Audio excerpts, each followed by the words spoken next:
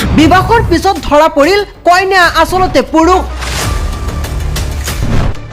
বিবাহৰ 1.5 মাহৰ অন্তত ধৰা পৰিল কইনা সামিয়াৰ আসল নাম শাহিনুৰ ৰহমান। বিবাহৰ পিছত ধৰা পৰাৰ আগলৈকে স্বামীক স্পৰ্শলৈ আহিব দিয়া নাছিল যুৱতীগৰাকীয়ে। এই ভিডিঅ'টো আপোনালোকে যিমান পাৰে শ্বেয়াৰ কৰি দিয়ক, কিয়নো এইবাৰ এক আজব ঘটনা সংঘটিত হৈছে।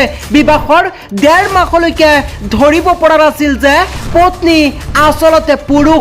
দেখাত হুবহু ছোৱালীৰ দৰে, মাত হুবহু ছোৱালীৰ দৰে আছিল এইগৰাকী শাহিনুৰ ৰহমান ওৰফে সামিয়া নামেৰে পৰিচয় দি এইগৰাকী যুৱকৰ সৈতে কৰিছিল প্ৰথমে প্ৰেম আৰু তাৰ পাছত পলাই গৈ বিবাহত আবদ্ধ হৈছিল দুয়ো। বিবাহৰ 1.5 মাহলৈকে স্বামীক আহিব দিয়া নাছিল সংস্পৰ্শলৈ আৰু ইয়াৰ পাছতে হঠাৎ 1.5 মাহৰ অন্তত স্বামী গৃহৰ লোকৰ মাজত সন্দেহ উপজিছিল আৰু ইয়াৰ পাছতে ধৰা পৰিল যে কইনা আচলতে ছোৱালী নহয়, আছিল পুৰুষ। ছোৱালীৰ ৰূপ ধৰা এইগৰাকী যুৱকৰ আচল নাম আছিল শাহিনুৰ ৰহমান আৰু অৱশেষত ৰাইজৰ সিদ্ধান্তৰ মৰ্মে স্বামী গৃহৰ লোকে নিজ ঘৰলৈ পঠাই দিলে ছোৱালীৰ ৰূপ ধৰা যুৱকগৰাকীক।